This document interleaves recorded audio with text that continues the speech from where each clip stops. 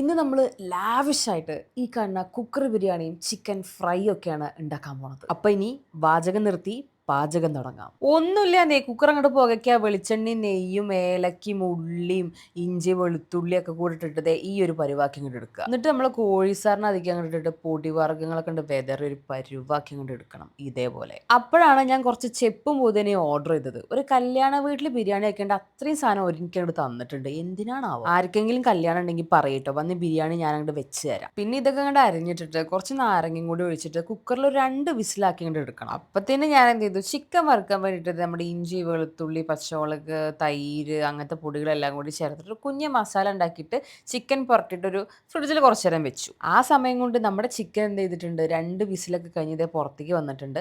അതൊക്കെ ഞാൻ കുറച്ചും കൂടി എന്ത് ചെയ്തു, അരിയൊക്കെ ഇട്ടിട്ട് 2 വിസിലിന് പിന്നെയും വെച്ചു. പിന്നെ ഈ സാലഡ് എൻ്റെ ഒരു പരീക്ഷണമാണ്. കൈ കിട്ടിയ എല്ലാ സാധനങ്ങളും നുറുക്കിയിട്ടിട്ട് അതിലേക്ക് കുറച്ച് നാരങ്ങയും വിനെഗറും ഉപ്പും പിന്നെ എന്തൊക്കെയോ സീസണിങ് ഒക്കെ ഇട്ടിട്ട് ഞാനൊരു പരുവാക്കിയിട്ടുണ്ട്. കഴിക്കാൻ പറ്റിയാൽ മതിയായിരുന്നു. ഇനി നമുക്ക് നമ്മുടെ കുക്കർ അങ്ങോട്ട് തുറന്നു നോക്കിയിട്ട് ബിരിയാണി എന്തായി നോക്കാം. അപ്പം ബിരിയാണി ഇങ്ങനെ ആയിട്ടുണ്ട്. വേവും വെള്ളവും ഒക്കെ കറക്റ്റ് ആയിട്ടുണ്ട്.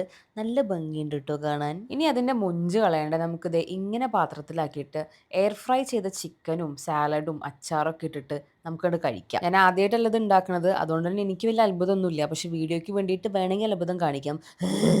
സൂപ്പർ ബിരിയാണി, അടിപൊളി.